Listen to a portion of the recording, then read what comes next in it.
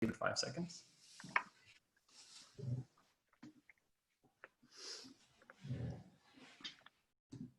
And it's live. Good morning. How is everybody? I hope everybody has their coffee. My name is Dave Peloff, and I am a colleague of Linda Carling. And many of the voices you heard in the video, I gotta say, I've been in awe of the coworkers who have young children. It's really been incredible seeing how they have managed to balance work while this is all going on. Almost every meeting has had visits from little ones climbing on laps or running by in the background. We work in a very family-friendly environment at Johns Hopkins, and I do not envy parents who don't. It must be incredibly difficult to navigate this while you are balancing both work and your children and their children's schooling. And of course, you know what the priority is. The priority is clearly your family and your children. At the same time, you have to hold down your job. And again, I just have been so in awe by watching how they have done it. It's very, very impressive. My children are grown, I guess grown, college. One is 21, one is 19. The 19-year-old is upstairs getting ready for a quiz and an online class. They both went to the University of North Carolina. My older daughter just graduated last week, took her last exam. Of course, there was no graduation. They left school at spring break time and never went back. They didn't know that at the time, so they didn't have a chance to say goodbye to many of their friends,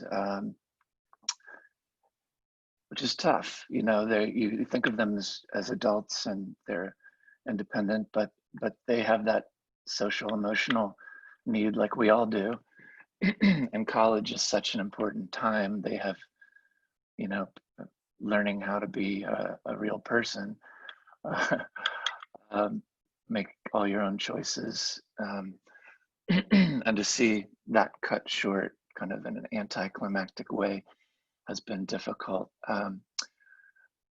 I'm teaching a class right now of 15 international students, and that has been, I really feel for them as well. They're far from home, many of them from China, and they have been quarantined in a country very far away, watching the news as protests explode all over the country.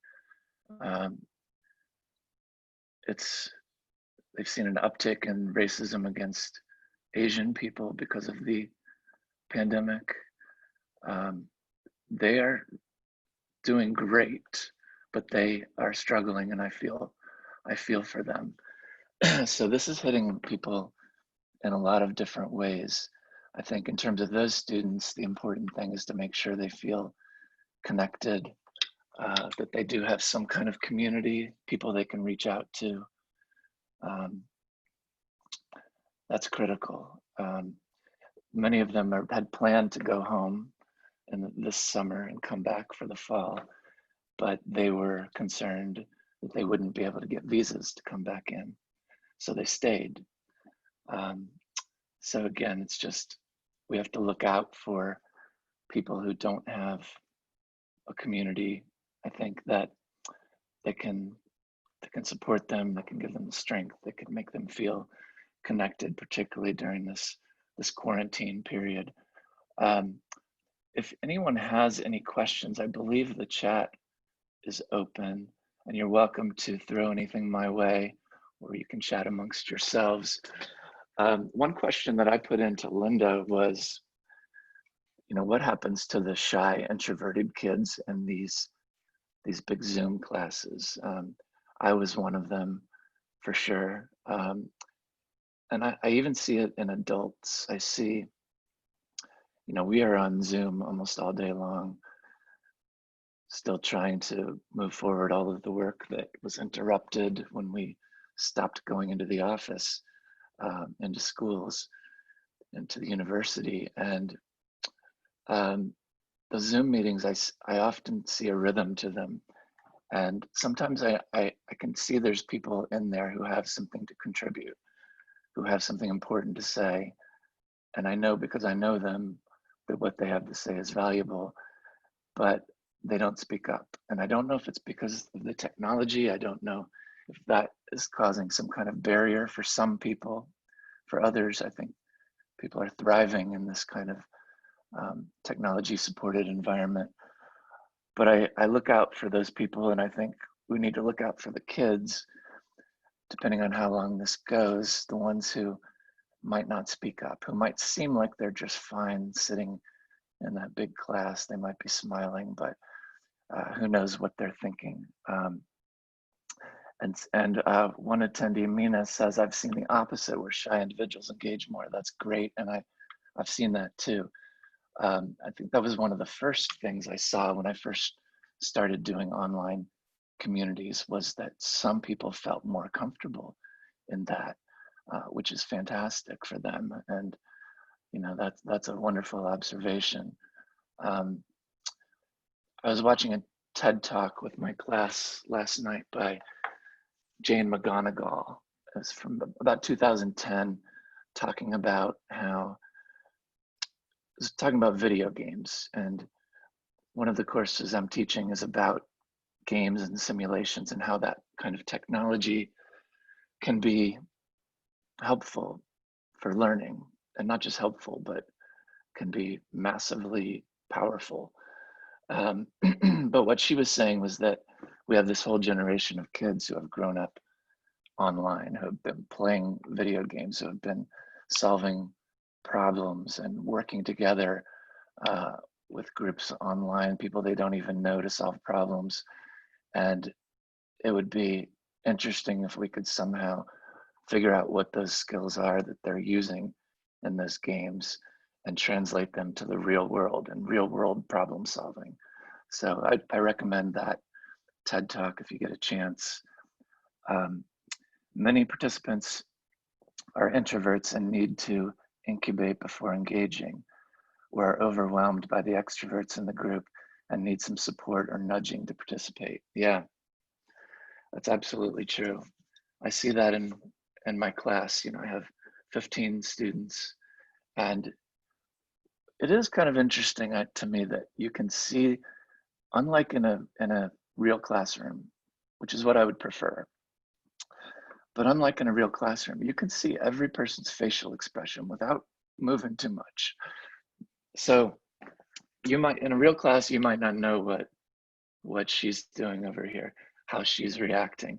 But when you're looking at Zoom, you can tell how what you're saying, what the people in the class are saying, how it's being received in a way that is different than face to face.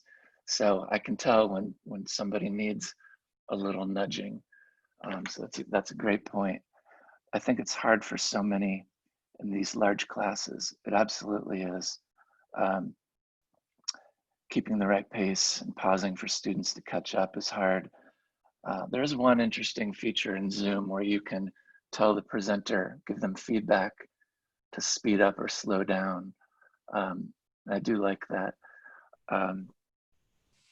But my younger daughter, who's taking online classes, is taking organic chemistry with a huge group of people. Trying to do that online is a different kind of challenge. Walter says, after running a Zoom-dependent virtual organization for over 5 years, I've come to the conclusion that Zoom is bad TV, where many of the actors never get to say their lines. That's interesting. Where there's often no plot and the audience can't opt out if they don't like the show. Oh, love that, Walter. You're a writer. I've learned that there is a real practical need for training on how to use Zoom. It's a skill unto itself for both presenters and learners. Yeah, Definitely that's it. agree that Walter is completely right. Absolutely. Absolutely.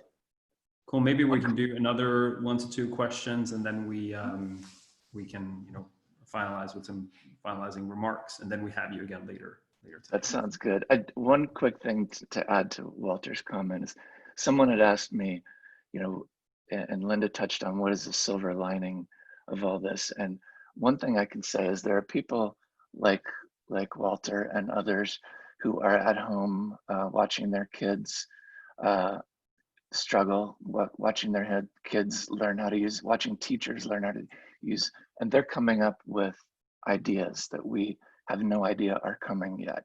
There are innovators out there who are watching all this go down, and they're paying attention, and they're coming up with ideas. And we're going to see many of those ideas in the coming years. So that gives me hope, hopefully sooner. I agree we should use Zoom more as an engagement tool rather than primarily as a presentation one. Absolutely. I have found that the Zoom breakout rooms work great for classes.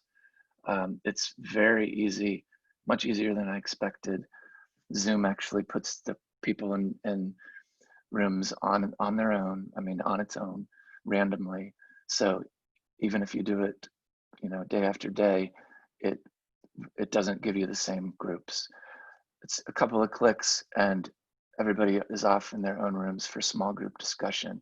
And then the instructor can pop in as needed to see how things are going. I think that works great.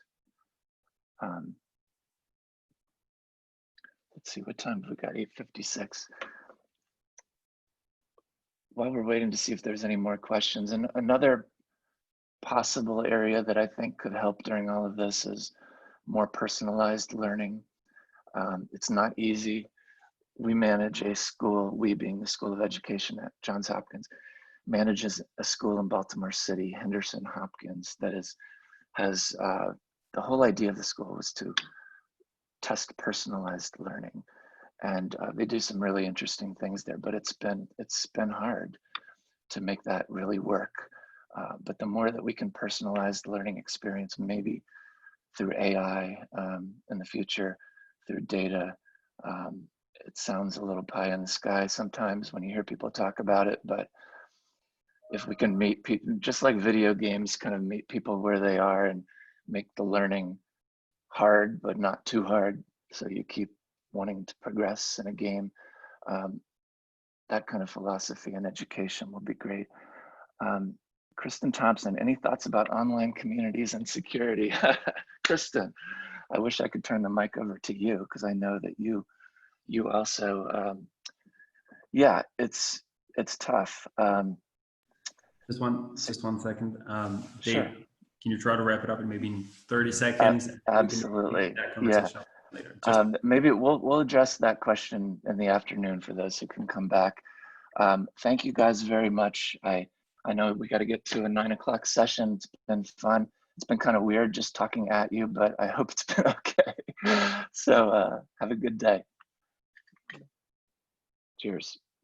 Absolutely. Thank you so much, David. And now we're going to go over to the community session. So if you guys could go into the sessions in the same platform and then click on the arrow here, and then we'll start in a few minutes. Thank you so much again, David. Talk to you later. Thank you. Thank you. Bye. Bye.